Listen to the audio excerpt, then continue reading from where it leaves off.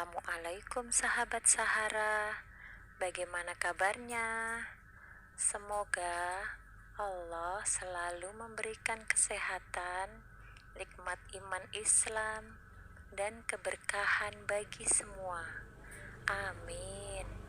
Berjumpa kembali bersama kami di kajian online Sahara Channel. Kami akan menampilkan materi kajian dalam bentuk video yang bisa disimak melalui YouTube. Nah, untuk minggu ini temanya tentang sehat dengan puasa bersama Dr. Yeti. Nah, simak yuk video berikut biar kita semangat lagi dakwahnya.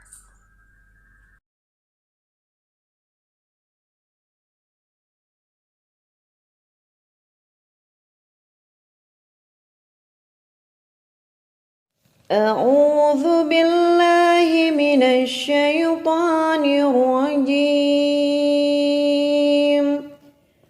بسم الله الرحمن الرحيم يا أيها الذين آمنوا كتب عليكم الصيام كتب عليكم الصيام كما كتب على الذين من قبلكم لعلكم تتقون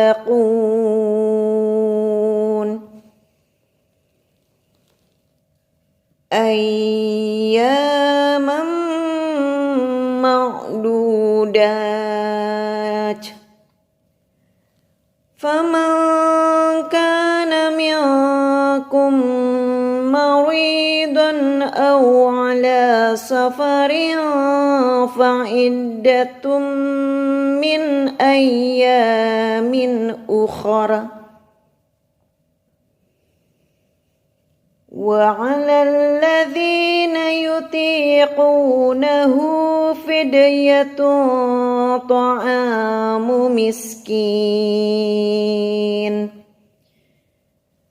فمن تطوع خيرا فهو خير له وأن تصوموا خير لكم إن كنتم تعلمون Shadaqallahul azim. Aku berlindung kepada Allah dari setan yang terkutuk dengan nama Allah yang Maha Pengasih, Maha Penyayang.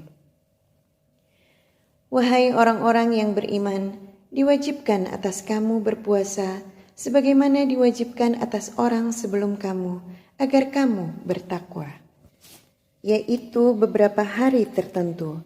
Maka barang siapa di antara kamu sakit atau dalam perjalanan lalu tidak berpuasa, maka wajib mengganti sebanyak hari yang dia tidak berpuasa itu pada hari-hari yang lain. Dan bagi orang yang berat menjalankannya, wajib membayar fidyah, yaitu memberi makan seorang miskin. Tetapi barang siapa dengan kerelaan hati mengerjakan kebajikan, maka itu lebih baik baginya. Dan puasamu itu lebih baik bagimu jika kamu mengetahui. Maha benar Allah dengan segala firman-Nya. Bismillahirrahmanirrahim. Alhamdulillahirabbil alamin wassalatu wassalamu ala asyrafil anbiya'i wal mursalin wa ala alihi wa sahbihi ajma'in. Amma ba'd. Nahmaduhu wa nasta'inuhu wa nastaghfiruhu wa na'udzu billahi min syururi anfusina wa min sayyiati a'malina. May yahdihillahu fala mudhillalah wa may yudlilhu fala hadiyalah. Allahumma shalli wa sallim ala sayyidina Muhammadin wa ala alihi wa sahbihi ajma'in. Amma ba'd. Assalamualaikum warahmatullahi wabarakatuh. Alhamdulillahirabbil alamin. Hari ini kita sudah memasuki bulan Ramadan yang hari ketiga. Apa kabar bunda-bunda semua sehat? Alhamdulillah, semoga Allah selalu melimpahkan kesehatan dan keberkahannya untuk kita semua. Amin, amin ya robbal alamin. Bunda-bunda yang dirahmati Allah, sebelum kita memulai kajian online Sahara Channel kali ini, saya ingin memperkenalkan diri terlebih dahulu. Perkenalkan, nama saya Yeti Kartika Laleno. Materi yang akan kita bahas kali ini adalah sehat dengan puasa. Disimak ya bunda. Nah, saya ingin tanya dulu nih sebelumnya kepada bunda-bunda sekalian. Apa kabar bun? Sehat? Nah, alhamdulillah, luar biasa, Allahu Akbar. Kadang-kadang kita jawabnya gitu ya bun, sehat gitu ya, tapi kita lupa bahwa di samping kesehatan yang kita nikmati sekarang, di situ ada kuasa Allah yang Allah berikan kepada kita. Nah, sebelumnya kita bahas yuk, apa sih pengertian sehat menurut Kamus Besar Bahasa Indonesia. Jadi kalau menurut Kamus Besar Bahasa Indonesia, sehat itu adalah baik seluruh badan serta bagian-bagiannya, bebas dari rasa sakit. Jadi kondisinya semua bagian-bagian dari tubuh kita itu baik gitu ya. Tidak ada yang sakit. Nah, kalau akal itu pun bisa dibilang sehat bila dia waras ya, tidak gila. Nah, itulah yang disebut sehat. Sehat adalah kondisi fisik di mana semua fungsi dalam tubuh kita ini berada dalam keadaan yang baik. Maka kalau kita bisa bilang, tidak ada sesuatu yang begitu berharga selain kesehatan, gitu ya.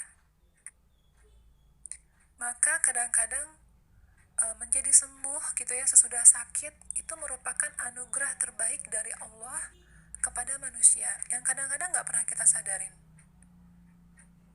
Nabi SAW bersabda, ada 2 anugerah yang karenanya banyak manusia tertipu. Yang pertama yaitu kesehatan yang baik, dan yang kedua waktu luang. Hadis riwayat Bukhari. Nah, kalau tadi di judul kita adalah membahas tentang sehat dengan puasa, dan kita sudah tahu makna dari sehat, maka sekarang kita harus tahu makna dari puasa itu sendiri apa. Puasa, menurut Kamus Besar Bahasa Indonesia adalah menghindari makan, minum, dan sebagainya dengan sengaja, terutama dengan bertalian dengan agama. Dan puasa ini merupakan salah satu rukun Islam berupa ibadah menahan diri atau berpantang makan dan minum dan segala yang membatalkannya, mulai dari terbit fajar sampai terbenamnya matahari. Sampai sini pasti bunda-bunda sekalian udah tahu dong ya artinya puasa. Nah, namun dalam suatu riwayat hadis riwayat Ibnu Khuzaimah ya, puasa itu bukanlah sekedar menahan diri dari menahan makan dan minum. Namun, puasa yang sesungguhnya adalah menahan dari laghu atau perkataan sia-sia dan rafats atau perkataan yang kotor.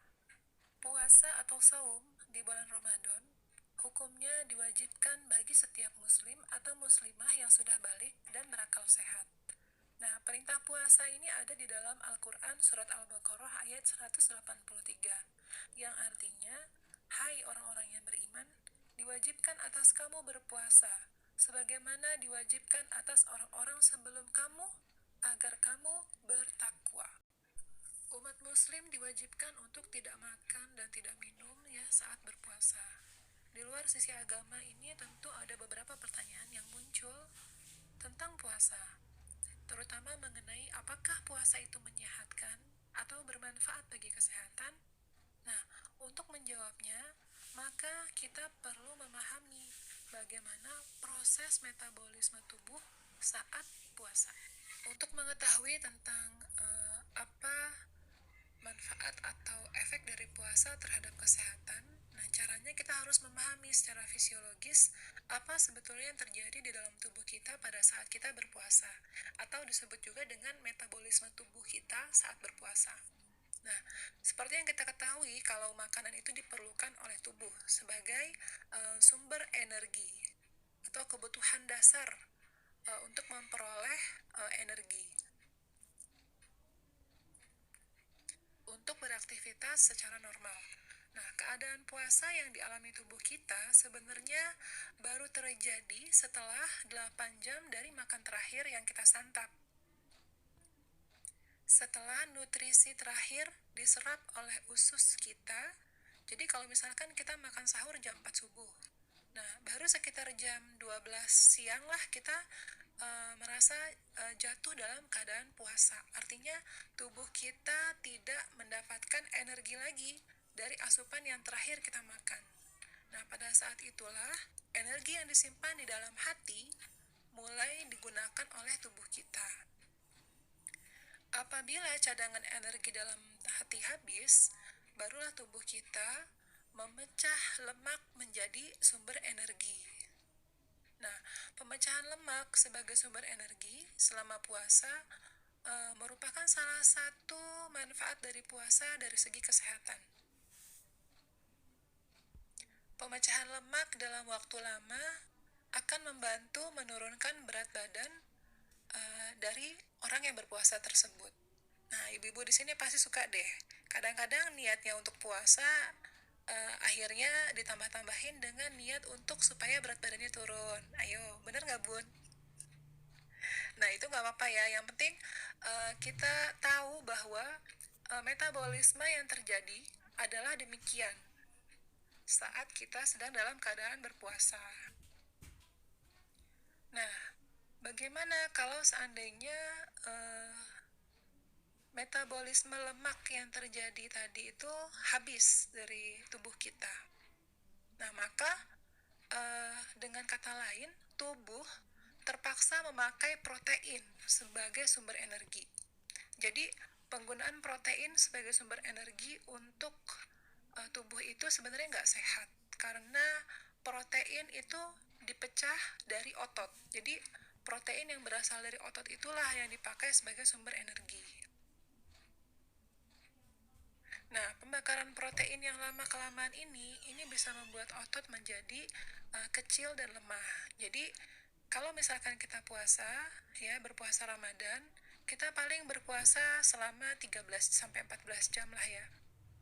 Nah, ini adalah masa ketika tubuh kita mulai kehabisan glukosa dan menggunakan lemak sebagai sumber energi kedua. Jadi, puasa Ramadan tidak menyebabkan pemecahan protein.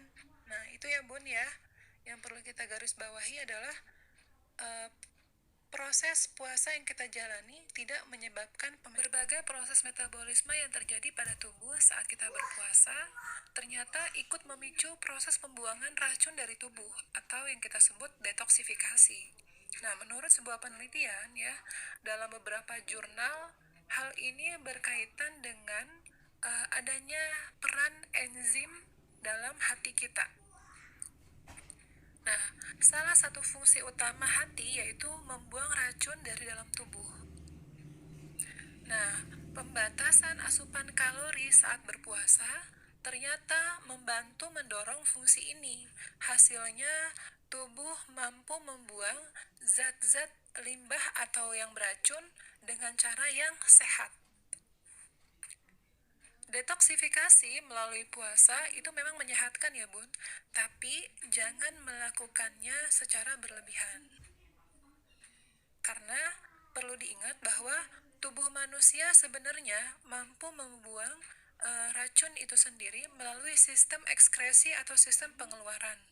Nah, sistem-sistem ini terdiri dari 5 komponen utama, yaitu hati, ginjal, paru-paru, kulit, serta usus besar. Nah, sekarang kalau sudah paham tentang metabolisme ini dan tentang perubahan yang terjadi saat tubuh kita berpuasa, tentunya kita nantinya akan mampu memenuhi kebutuhan tubuh dengan cara yang tepat. Agar metabolisme tubuh tetap sehat saat berpuasa, maka kita harus memperhatikan hal-hal berikut ini. Yang pertama yaitu asupan zat gizi dan cairan yang cukup. Ini memegang peranan penting saat berpuasa sebab metabolisme dan fungsi beberapa organ tubuh sedikit berubah selama periode puasa kan. Jadi kita tidak mendapatkan asupan makanan selama belasan jam. Nah, untuk mencegah pemecahan protein otot tadi yang kita bahas, maka kita perlu makanan yang mengandung cukup energi, karbohidrat dan lemak, dan jangan lupa ditinggalkan protein. Asupan berbagai zat gizi yang tadi ini itu nggak boleh kurang ataupun berlebihan karena bisa mempengaruhi proses fisiologi puasa. Nah, kebutuhan cairan tubuh kita pun juga harus dipenuhi dengan minum air putih setidaknya 8 gelas sehari. Ini tergantung dari kebutuhan setiap individu ya. Laki-laki dan perempuan kadang-kadang berbeda, termasuk anak-anak ataupun orang dewasa. Nah, cairan yang cukup itu sangat bermanfaat untuk mencegah dehidrasi serta membantu kerja ginjal agar tidak bekerja secara berlebihan. Yang kedua, yang perlu diperhatikan agar metabolisme tubuh tetap sehat yaitu tidur yang cukup, setidaknya 8 jam sehari. Ya, menjadwalkan tidur secara teratur itu penting dilakukan sebab jadwal tidur selama puasa pasti berubah drastis. Nah, yang ketiga, menghindari kebiasaan buruk. Contohnya apa? Merokok, yang bisa memperparah kondisi kesehatan kita gitu ya.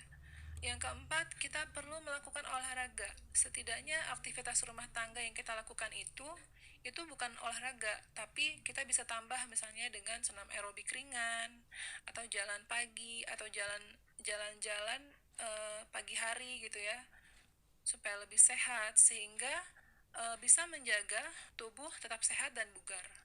Nah, yang kelima, yang gak kalah penting yaitu dalam kondisi pandemi saat ini, kita tetap harus mematuhi protokol kesehatan. Gunanya untuk apa? Ya, gunanya untuk mencegah agar tidak terpapar COVID-19. Antara lain contohnya kita harus rajin cuci tangan dengan sabun, menjaga jarak, memakai masker jika keluar rumah. Nah, itulah salah satu hal yang beberapa hal ya, bukan salah satu ya, tapi beberapa hal yang perlu kita perhatikan agar metabolisme tubuh tetap sehat. Nah, kalau tadi kita udah tahu metabolisme tubuh yang dilakukan saat berpuasa, ternyata sekilas kita bisa lihat ada hal-hal baik di balik itu, di balik puasa yang kita jalani. Nah, memang di balik kewajiban ibadah puasa ya yang Allah turunkan kepada umat Islam, tentu ada hikmah yang harus bisa kita lihat di permukaan, karena itu memang dengan sendirinya Allah itu memberikan suatu hal hukum syariat yang harus kita taati, yang harus kita jalani dengan banyak sekali hikmah atau kebaikan di dalamnya.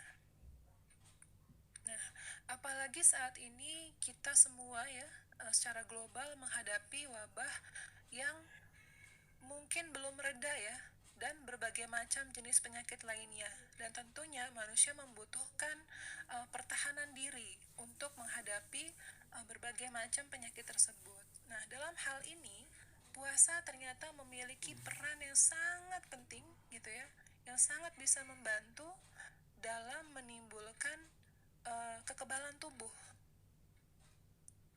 Sehingga kita bisa yakin bahwa setiap ada syariat yang Allah turunkan kepada manusia, di sana pasti ada kemaslahatan. Nah, beberapa manfaat yang sangat besar dari puasa dalam kesehatan manusia ternyata bisa saya rangkum dalam beberapa hal di bawah ini. Yang pertama yaitu meningkatkan daya tahan tubuh atau sistem imun manusia. Ya, ini karena manfaat dari puasa, dia memberikan kesehatan kepada orang yang menjalani puasa. Karena berpuasa itu berpengaruh besar banget terhadap pencernaan makanan. Dalam beberapa jurnal atau penelitian yang dilakukan di UGM, kita bisa tahu bahwa dengan berpuasa 30 hari, ternyata bisa merangsang produksi sel-sel darah putih baru. Nah, inilah yang mendasari regenerasi seluruh sistem kekebalan tubuh. Kondisi dengan sistem kekebalan yang telah diregenerasi akan semakin memperkuat tubuh kita dalam menangkal berbagai infeksi, bakteri maupun virus dan penyakit lainnya. Manfaat yang kedua dari puasa adalah mengistirahatkan fungsi atau peran organ dalam tubuh untuk sementara waktu, seperti organ pencernaan. Dalam satu hadis riwayat Tirmizi dikatakan bahwa tiadalah wadah yang dipenuhi oleh manusia lebih buruk melebihi perutnya. Cukup bagi manusia beberapa suapan yang menegakkan tulang punggungnya. Bila tidak bisa, maka sepertiga untuk makanannya, sepertiga untuk minumnya, dan sepertiga untuk nafasnya. Bisa dibayangin kan, Bun? Selama 12 bulan, ya, manusia selalu menikmati, kita ya, selalu menikmati berbagai macam hal-hal yang bersifat syahwat. Mengisi dan memenuhi perut dengan makan makanan atau minum minuman yang apa aja yang kita suka gitu ya, tanpa ada kadang-kadang tanpa memandang ini baik gak untuk kesehatan kita gitu ya, efeknya bagaimana untuk kesehatan kita. Lalu ternyata Allah menurunkan perintah untuk berpuasa selama 1 bulan. Ini Masya Allah, ternyata ada kebaikan yang Allah turunkan untuk kesehatan tubuh manusia. Nah, itu tadi manfaat yang kedua. Sekarang kita lihat manfaat yang ketiga. Ternyata manfaat yang ketiga adalah menyelamatkan anggota tubuh dari berbagai penyakit dan menenteramkan pikiran.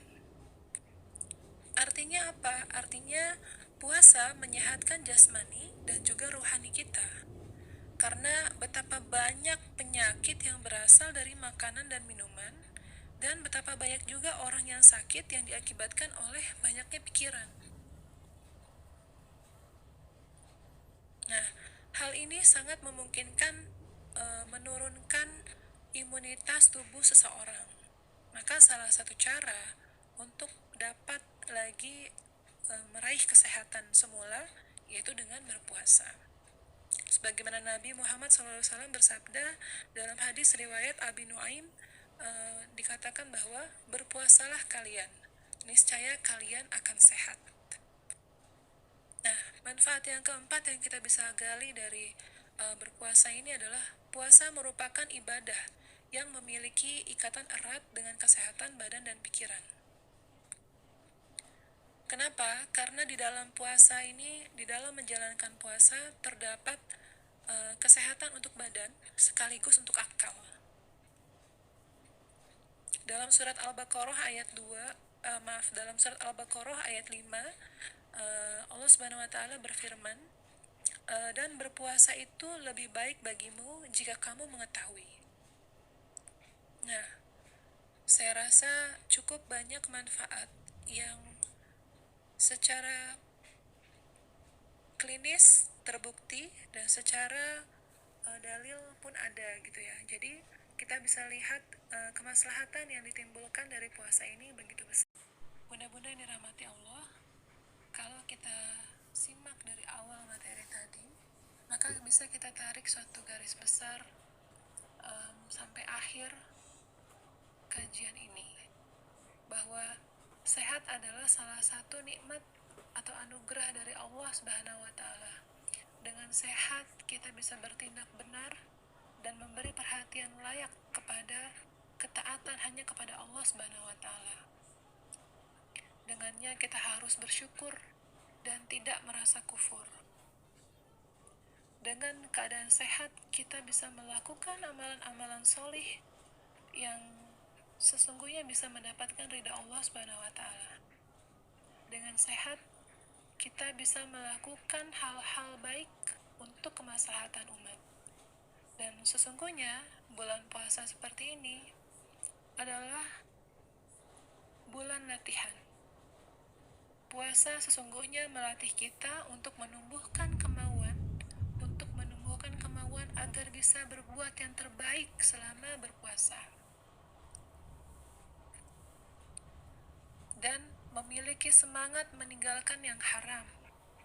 Jika saat puasa saja sesuatu yang halal bisa kita jauhi, maka meninggalkan yang haram adalah perkara yang wajib kita lakukan. Nah, Selain itu juga dampak berpuasa sebenarnya adalah dampak kesehatan yang hanya kalau kita bisa lihat sebenarnya itu adalah bonus dari Allah Subhanahu wa taala. Namun kita harus tetap meluruskan niat kita untuk meraih keutamaan dari berpuasa, yaitu iman dan takwa. Maka sekiranya inilah yang harus kita tuju. Sehat yang kita miliki, yang diberikan oleh Allah adalah sejatinya untuk mencapai ketakwaan yang Allah kehendaki, yang Allah ridhoi. Mungkin itu saja yang bisa saya sampaikan. Mohon maaf atas segala kekurangan. Mohon dibukakan pintu maaf yang sebesar-besarnya untuk saya jika ada kesalahan dalam penyampaian. Wabillahi taufik wal hidayah. Wassalamualaikum warahmatullahi wabarakatuh. Mana sahabat Sahara, sudah nge-refresh dan nge-record belum nih? Semangat menyampaikan kebenaran. Semoga bermanfaat ya sahabat, dan bisa dilakukan di kehidupan sehari-hari kita. Sampai bertemu di kajian selanjutnya. Wassalamualaikum.